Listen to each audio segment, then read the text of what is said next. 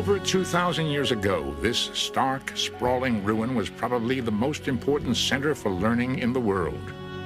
Here, men first figured out the size of the world and the number of stars in the sky. There were laboratories, gardens, a medical school, and over 500,000 books. The ancient library in Alexandria, Egypt, educated some of the most brilliant minds ever known. These corridors may hold the secrets of centuries of knowledge.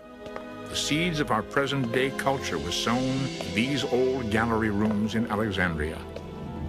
Perhaps the most surprising thing about the library at Alexandria is that it lasted for over 6 centuries, and yet this may be all that remains.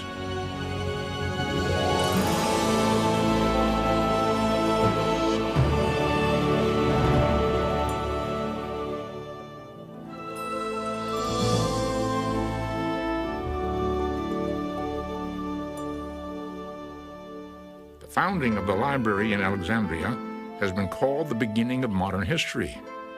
More than just a library, it was the first world research center. For hundreds of years, Alexandria invited dignitaries from around the world to study in its library halls. Resident scholars could live, eat, learn, and work with visitors who brought important new information to Alexandria.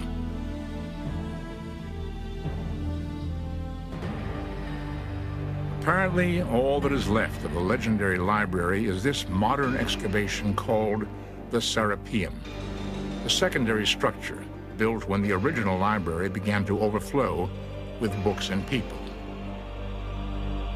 The Serapeum exists only to tease us with a glimpse of the library's illustrious past. The amazing thing about the library at Alexandria is that it was the most important place of learning in the ancient world. And we don't know where it was or where it is now. We don't know what it looked like. We don't know the details of what books did it have. We don't know everybody who was there. There's more that we don't know than we do know.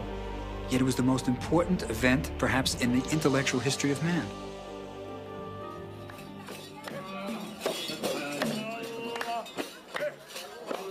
Over 3 million people live in present-day Alexandria, mostly followers of the Islamic faith.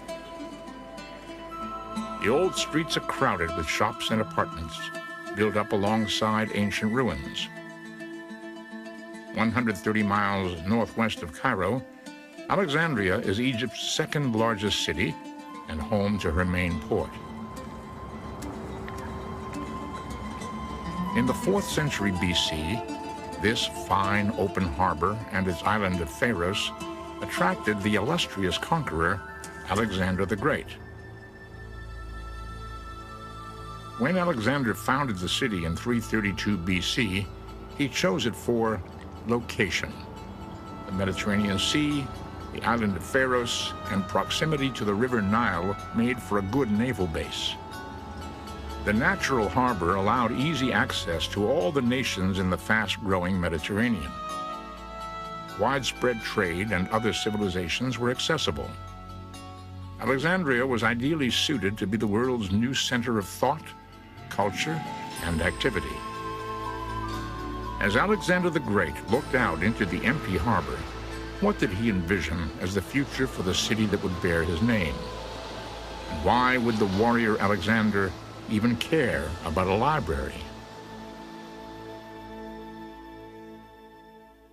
Long before Alexander entered Egypt, generations of Greeks struggled with early riddles of existence. It was the beginning of man's understanding of the natural world. Investigation of everything was important. Athens, Greece, became the brainpower center of the old Greek world. Conversation and debate were common pastimes. Public speaking produced public scholars who became celebrities. In the 5th and 4th centuries BC, men like Socrates, Plato, and Aristotle were working in Athens. They were the popular and controversial policymakers of the day. Their early teachings are the foundation for modern thought. But what did these early intellectuals have in common with one of history's finest generals, Alexander the Great? The tradition is that Alexander was taught by Aristotle. And Aristotle, of course, was taught by Plato, who in turn was taught by Socrates. Plato and Socrates believed that the senses mislead you, that if you can see it, you shouldn't really believe it. They believed in eternal, unchanging truths, which are known by the mind, not by the senses. Aristotle turned this around. Aristotle said, no, nothing enters the mind except through the senses. And he, in turn, taught Alexander the Great.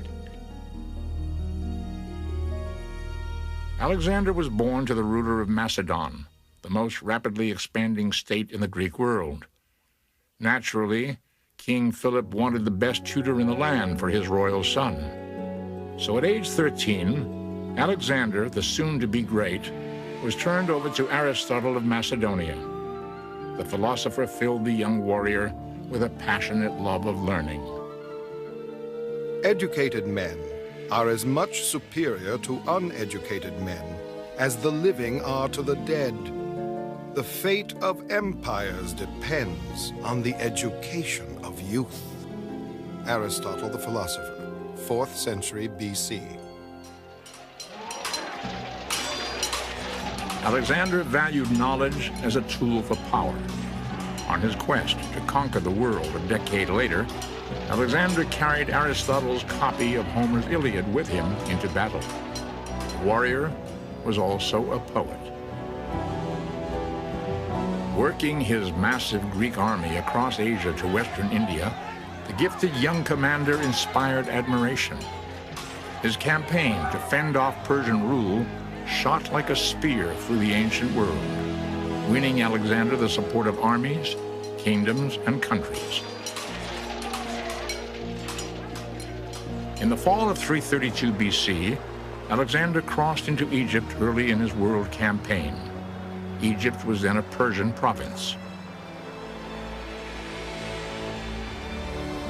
Egypt hailed Alexander as a liberator from Persian oppression. Welcomed as a ruler, Alexander was crowned Pharaoh of Egypt. For almost 3,000 years, Egypt had been ruled by godlike pharaohs. Those ancient pharaohs were the link between their mortal subjects and the gods themselves. Egyptian pharaohs were thought to be gods in life and after death. But Alexander was Greek, not Egyptian. He had no guarantee of an afterlife. Where would Alexander the Great find immortality?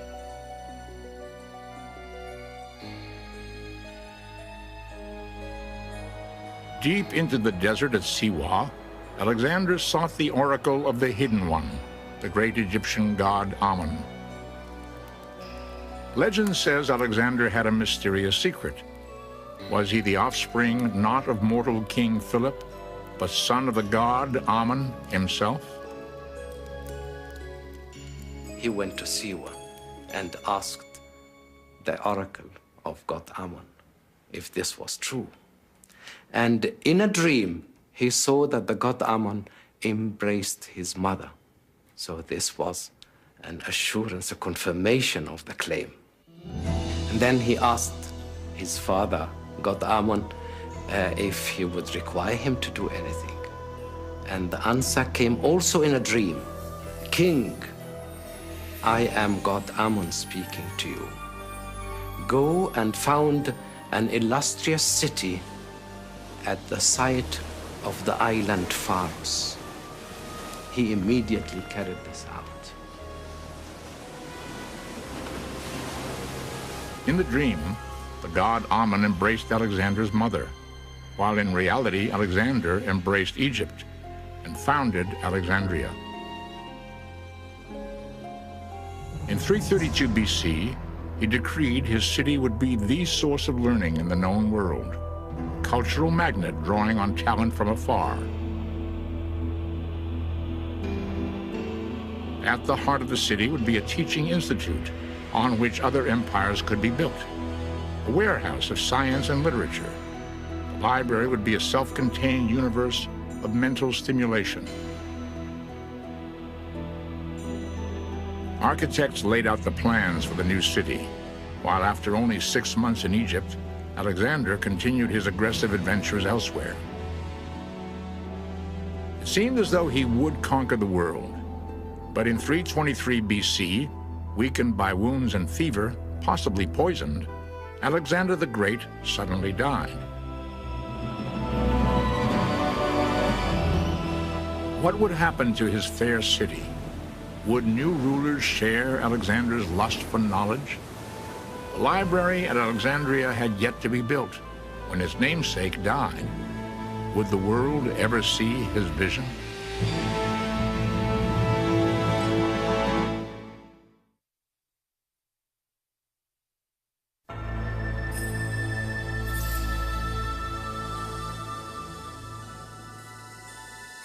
With the founding of Alexandria, a bright new period of Greek history began.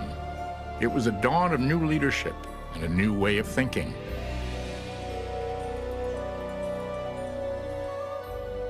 When Alexander the Great died, his Egyptian kingdom was taken over by Ptolemy, Alexander's most trusted general, who would build the library Alexander envisioned. Ptolemy I started a dynasty, a series of kings from the same family, who would rule Egypt for almost 300 years. Ptolemy I made Alexandria the capital of Egypt, but still, the city faced powerful competition from ruler generals of other countries.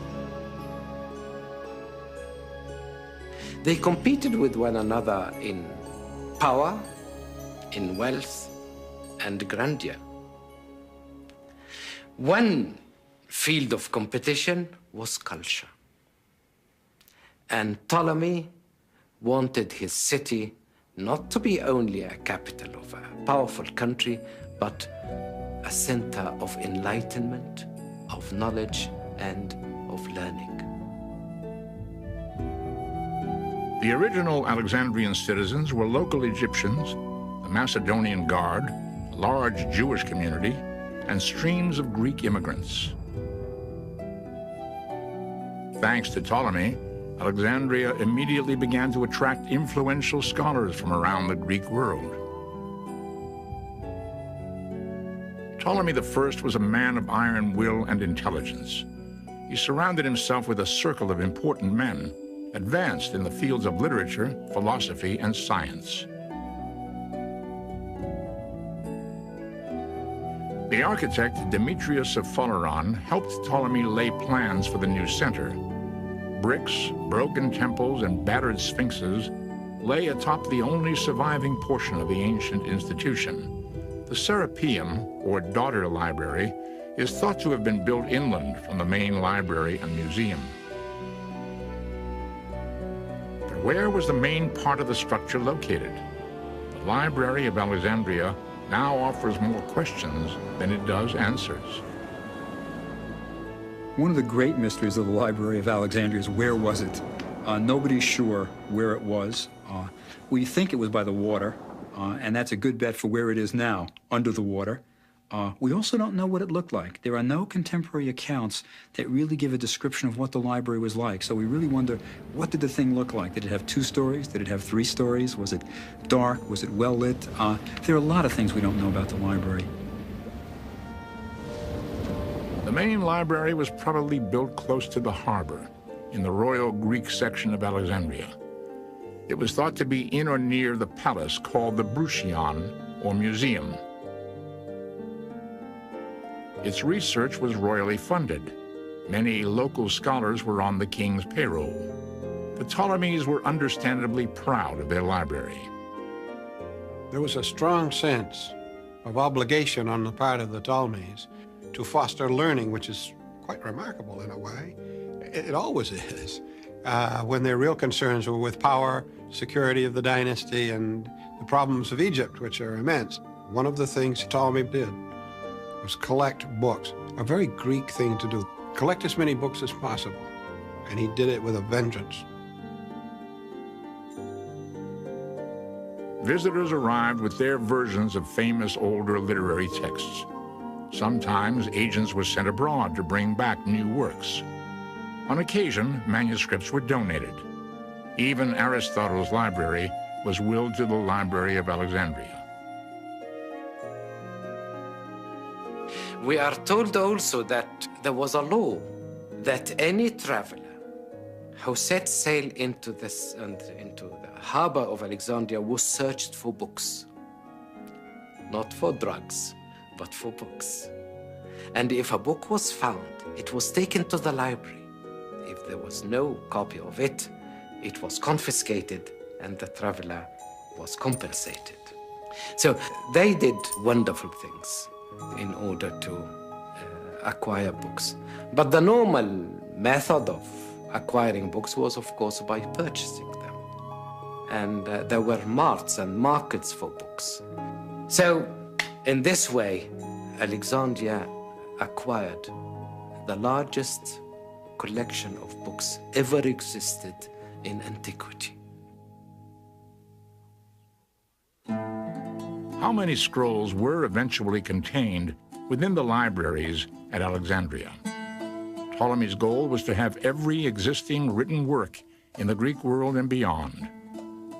The secondary collection, located in the Serapeum alone, was said to hold 300,000 books. But over the course of history, the collection grew even larger. We don't know how many books there were. The best authority I know of says about 400, 500,000, which is an awfully big library by anybody's standards. But counting books is a very inexact science. Countless ancient manuscripts were not just stored away at the Alexandria Library. They were used as research and reference for other newer scholars. And priceless books were copied by local scribes and traded for books from other parts of the ancient world. Some of the most significant work in history could have been lost forever were it not for scrolls copied in Alexandria. The main significance of the library and the museum at Alexandria is that it did what a great library does. It disseminates knowledge. When you go in and take a book out of the library, you're performing one of the great basic cultural functions, and the library is doing its job. Each piece had to be cataloged, perhaps cross-referenced, and put away. Librarians had to be able to retrieve the works easily, and scores of new works were coming in all the time. Along with more material for the library came more visitors. Scholars were drawn to Alexandria, which in turn enhanced its reputation as a cutting-edge center for learning and knowledge. Herophilus, the anatomist, established an in-house medical school at the Bruchion. Before Alexandria, doctors used animals to research human anatomy. Long before anesthetized operations were performed, it was rumored that scientists in Alexandria operated directly on living men. No evidence for this charge exists, but Herophilus was among the first to perform medical examinations on humans after their death. The Greeks were prohibited from doing dissection by tradition. It was prohibited to cut the human body. It was almost a sacrilege for the Greeks. But on Egyptian soil, you had the tradition of the Egyptian embalmers, who for 3,000 years had been dissecting bodies. So at the medical school in Alexandria, for the first time, physicians could practice on human cadavers. And in Greece, in Athens, for example, there were physicians who often said, I wish I had studied at Alexandria because they could do human dissection. So the library at Alexandria was, in a sense, more free than any other place, especially the medical school, and this was an important feature of it. Besides literature and medicine, the Alexandrian research under the Ptolemies favored mathematics. The founder of geometry lived in Alexandria. Euclid published a textbook that replaced all previous efforts, and he also opened a school. The geometry you studied in grade school is, of course, from the Alexandria Library. Euclid, who codified the results of the basic theorems that others had made. And you will still see in an ordinary, everyday paperback Introduction to Geometry, the name of one of the men who worked and studied at the library. Little is known personally about Euclid, but one legend remains. When Euclid showed his new work to King Ptolemy, the king asked if there was an easier way to do geometry. Euclid was said to reply, "There is no royal road."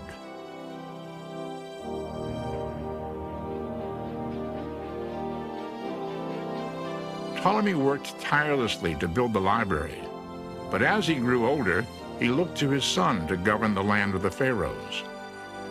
And when Ptolemy died in 283 BC, Ptolemy II became the sole ruler of Egypt. The great Ptolemaic dynasty would continue almost 300 years until Cleopatra's death. How would the Ptolemies leave their mark on the Library of Alexandria?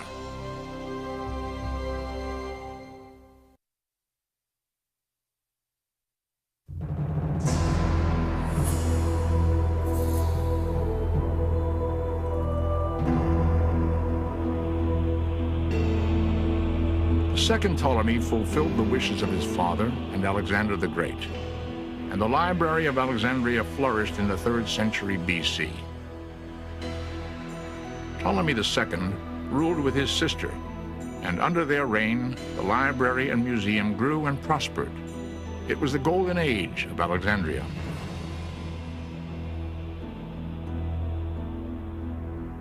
Besides expanding the library and museum, Ptolemy II built the last of the 7 wonders of the ancient world, a mammoth lighthouse on the island of Pharos.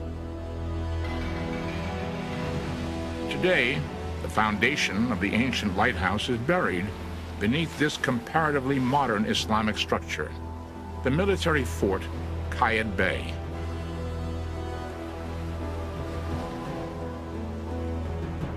But in Ptolemaic times, travelers to Alexandria viewed the first architecturally designed lighthouse in history, a 3-tiered marvel of construction over 400 feet tall.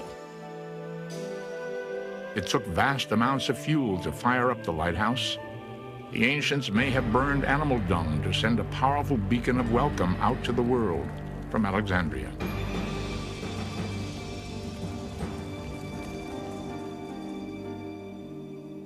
Sailors guided by the lighthouse were drawn into the library. What treasures would they find in its bounty of scrolls? The history of Egypt would be typical of the kind of thing that would be in the library. Histories and records and literature would be an example of the kind of records necessary for a scholar to do research with. The difficulty was, of course, that there were 2 languages involved, Egyptian and Greek, but the basic language of the libraries was almost completely Greek, for this was a Greek ruler, a Greek court, a Greek culture imposed on the incredibly old civilization of Egypt. The library was a storehouse for all types of literature. All the great Greek philosophers must have been represented, including the writings of Diogenes. Diogenes had been inspired by a young peasant to live in simplicity. Like the young man, Diogenes even discarded his drinking cup in favor of using just his hands. Diogenes then stripped himself of all worldly goods. He gathered a group of like-minded thinkers known as the Cynics, and documented their critical views of ancient Greek society. Diogenes believed that no man could be trusted. Legend tells us of his lifelong, unsuccessful search for an honest man. Diogenes looked all over town in broad daylight with a lantern to prove his cynical point.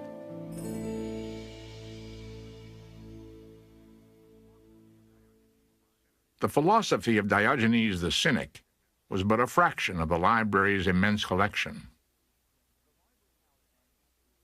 The library in Alexandria was really unique in an important way. It was eclectic. They wanted everything. It wasn't just Greek culture that they were collecting. They wanted Babylonian texts, they wanted Turkish texts, they wanted everything they could get. They wanted the Hebrew Bible. Were parts of the Bible written at Alexandria? According to legend, the earliest Greek translation of the Old Testament was written in Alexandria under the guidance of Ptolemy II. He is said to have requested 70 Jewish scholars to simultaneously translate and copy the Hebrew books of law. The text was in Hebrew, but in Alexandria there was a great and very large Jewish community. It seemed that that community was very quickly Hellenized, and that Hebrew was no longer comprehensible to them. So a Greek version was required, and it was made in Alexandria.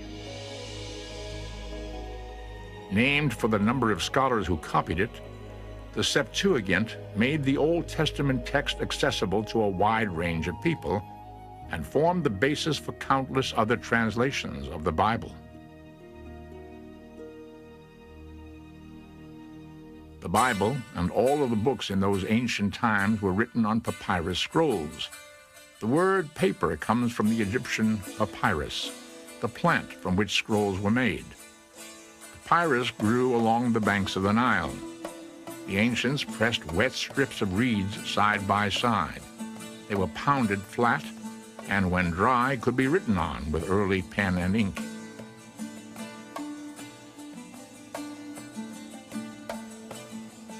It took a long time for a scribe to finish a book, and I don't think they looked on labor, of course, the way we do. We would go crazy trying to copy another book in longhand on papyrus, but it was a famous profession, and some scribes rose to be important people.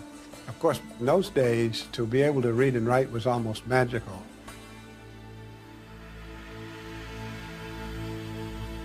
Astrology and astronomy were popular sciences throughout the existence of the library in Alexandria. Many ancients believed in the influence of the stars and planets on daily life. The belief was, of course, that as above, so below. What happened in the heavens influenced what was on Earth. So astrology was part of astronomy, and astronomers were astrologers, and astrologers were astronomers. In order to predict what happened on Earth, you had to accurately observe what happened above. In Alexandria, Aristarchus first figured out that the Earth revolves around a stationary sun. About 100 years later, Hipparchus was the first to chart over 1,000 individual stars. He even figured out the length of the solar year, correct to within 7 minutes. The library must have been an exciting place to be at. I mean, this was the closest you had to a government grant, where you could just do what you wanted to do and be supported. In the air was the sense that study everything for its own sake and just try to put everything together for figuring out the mysteries of the universe. Even as scholars in Alexandria solved the mysteries of the universe, the Romans were encroaching on the East. Would this royally funded oasis of knowledge survive in a rapidly changing world?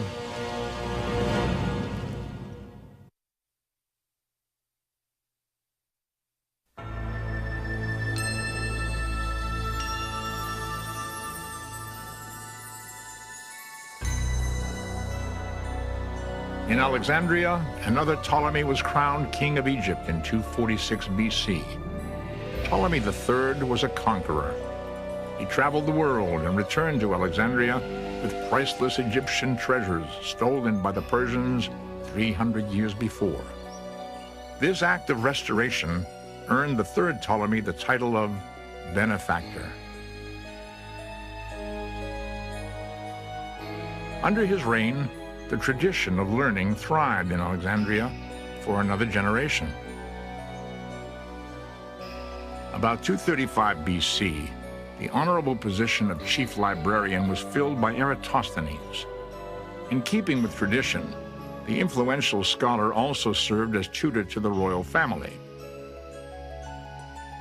40-year-old Eratosthenes was skilled in a variety of subjects, from poetry to science.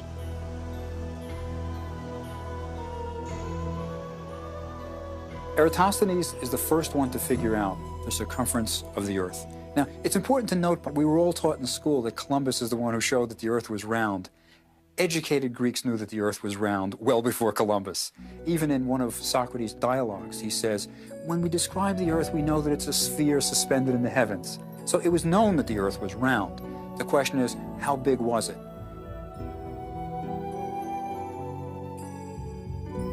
By observing shadows cast in Alexandria and in the south of Egypt at noon on the same day, and calculating the difference between the size of each shadow and the distance between the two ancient cities, Eratosthenes was able to figure out the circumference of the Earth.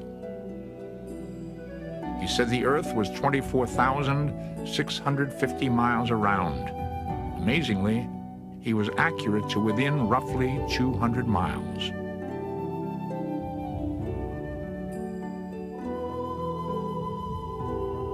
A contemporary of Eratosthenes, called Archimedes, was a visitor to Alexandria.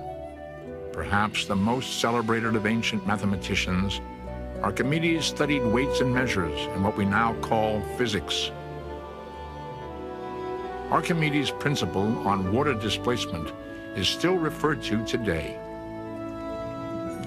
On discovering this ancient clue to modern science, Archimedes is remembered for his cry of Eureka, meaning, I have found it.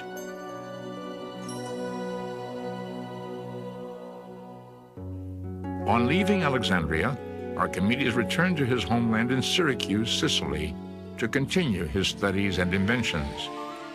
When Syracuse was conquered in 212 BC, Archimedes was killed by Roman soldiers. He was said to be in the midst of a math problem when he was taken away to die.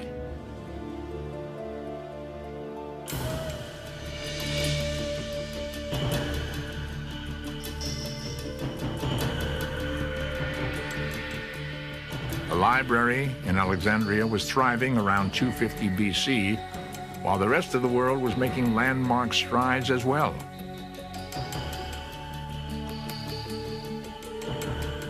In the mid-3rd century BC, the Mayan calendar was perfected in the Mexican region of Yucatan. While in Rome, the public witnessed the first competition of gladiators. And in Rhodes, another ancient wonder was built as construction was completed on the 100-foot statue, Colossus.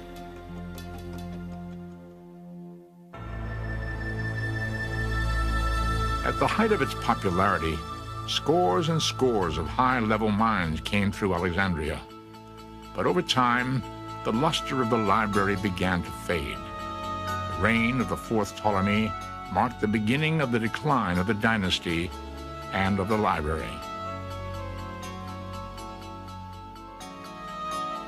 Other world centers of knowledge emerged as replacements. Near the Aegean Sea, the library at Pergamum was a rival to Alexandria in culture and splendor. And as the influence of the Romans spread out through the world, even Egypt's great Ptolemaic dynasty came under the threat of Roman rule. In 48 BC, when the Roman general Julius Caesar came to Egypt, the ruler of the land was 19-year-old Queen Cleopatra. Cleopatra is perhaps the most famous and fabled of all the Ptolemies. The mythology surrounding Cleopatra begins with her very heritage. We often think of her as an Egyptian. No, she was a pure-blooded Greek. She was the direct descendant of that Ptolemy who was one of Alexander's field commanders. She was the undoubted pharaoh, the god queen of Egypt. She had high intellect and was quite an extraordinary person by any standards. Cleopatra faced Julius Caesar without fear. Although Caesar came to conquer Egypt, Queen Cleopatra instead claimed Caesar's heart. On their first meeting, she was said to have emerged naked before him and disarmed the brilliant Roman with her charming manner and political savvy. For beyond her seductive nature, Cleopatra possessed admirable military skills and a keen intelligence. The important thing is that Cleopatra was really an intellectual. Of all the Ptolemies, Cleopatra was the only one who could speak Egyptian. It was known that she could greet the people who came to her court in their own languages, and probably when Caesar came and when Antony came, she could talk to them in Latin.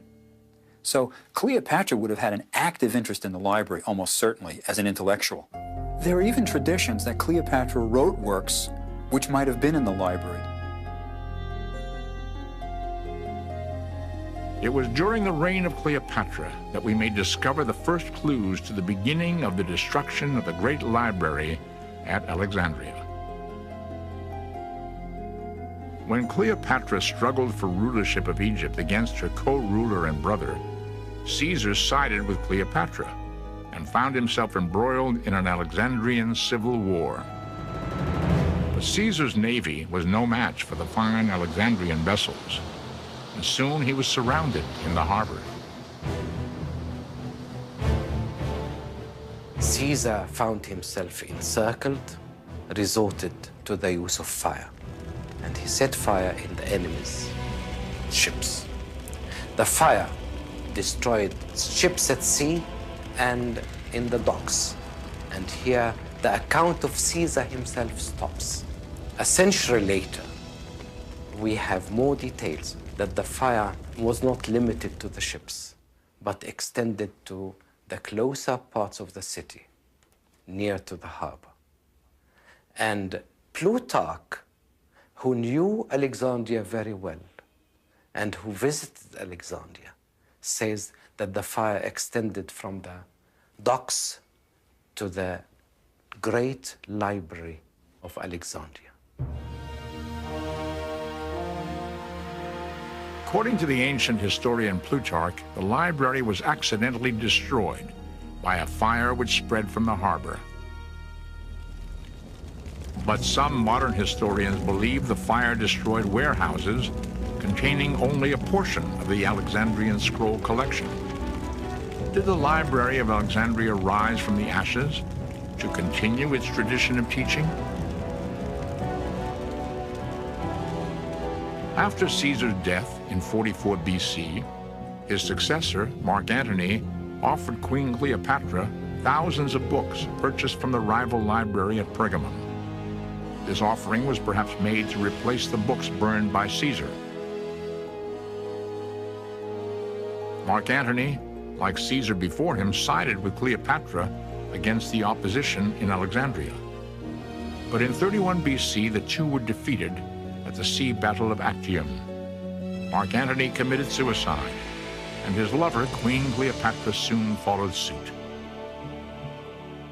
Legend tells us she placed a snake to her breast, and soon after being bitten by the asp, succumbed to its poison and died. More probably, Cleopatra drank a poison which killed her. But whatever the cause, the Ptolemaic dynasty, which had founded and funded the Library of Alexandria, ended with the death of Cleopatra in 30 BC.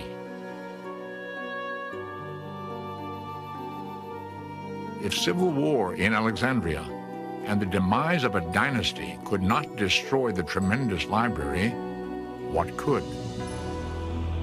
With the end of Ptolemaic rule in 30 BC, Alexandria became the capital of a Roman province claimed by the grandnephew of Julius Caesar, Augustus Caesar, who was the first Roman emperor. By then, Alexandria was home to more than 300,000 people. The city itself enjoyed a resurgence of energy, which had been absent in the last half-century. But under Roman influence, the library did not flourish as it had in the past. The Romans had a different concept of learning than the Greeks. They weren't into it for its own intellectual enterprise for the sensuousness of just pure learning, of pure reason. So the Romans, when they come in, they love the trappings, they like being mummified, they love the idea of immortality, but supporting the library is another thing. But still, the Library of Alexandria continued to produce scholars bent on discovery. Claudius Ptolemy, a Roman of Greek descent, was born around the end of the 1st century AD. He was educated at the library and museum and published books on world geography and science. Using the work of Hipparchus before him, Claudius wrote volumes of works on astronomy and astrology. Claudius promoted the idea that the Earth was the center of the solar system. This became known as the Ptolemaic system of astronomy and was used up through the 16th century. I know that I am mortal and ephemeral, but when I scan the circling spirals of the stars, no longer do I touch Earth with my feet, but sit with Zeus himself and take my fill of the ambrosial food of the gods. Claudius Ptolemy.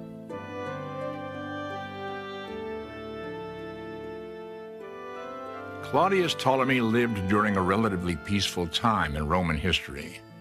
But by 200 AD, Alexandria faced invasion and plunder from abroad.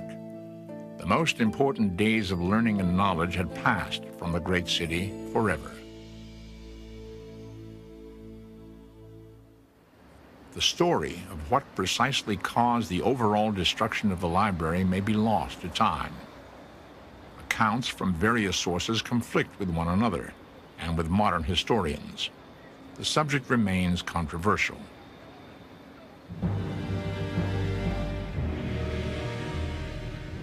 By 400 AD, paganism was outlawed, and Christianity prevailed as the official religion of the Roman Empire.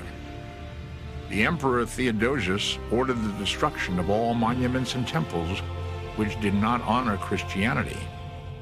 Pagan scholars were murdered in the streets, and during a time of constant ethnic confrontation and rebellion, the library may have been destroyed by the Christians.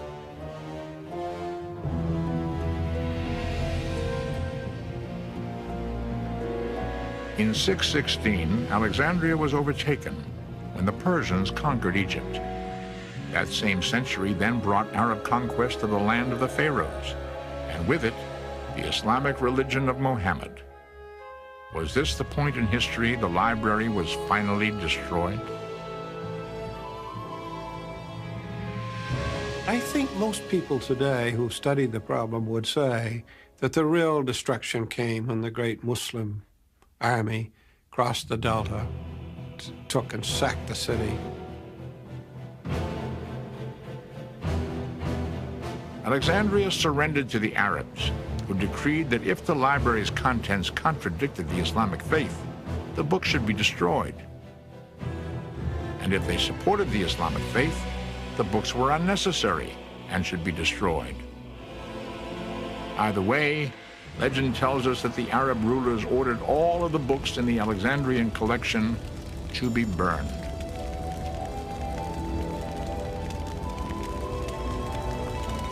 All of the stories surrounding the decline and destruction of the Alexandrian library may combine to provide the truth. Perhaps the great institution died by degrees. Caesar's fire here, the lack of funding there, the Christian Revolution, Muslim invasion, and finally, the coastal climate of the fine port city may have contributed to the loss of the largest collection of scrolls in antiquity. Whatever may have remained could have just disintegrated. Perhaps what is important is not how the library disappeared, but that it ever existed. I think the wonderful thing about the Library of Alexandria is that they did it, that the Ptolemies were willing to support this group of scholars that didn't do anything for the Greek economy. They didn't bring in money. They didn't make any contribution to the Ptolemies' lifestyle, but they still supported it. It was a sense of learning for its own sake, and that's wonderful. The legacy of the library in Alexandria is our modern-day World Research Center.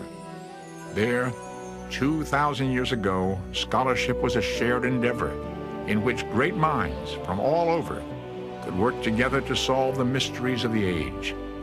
The legacy of Alexandria is tied into the very origin of modern thought.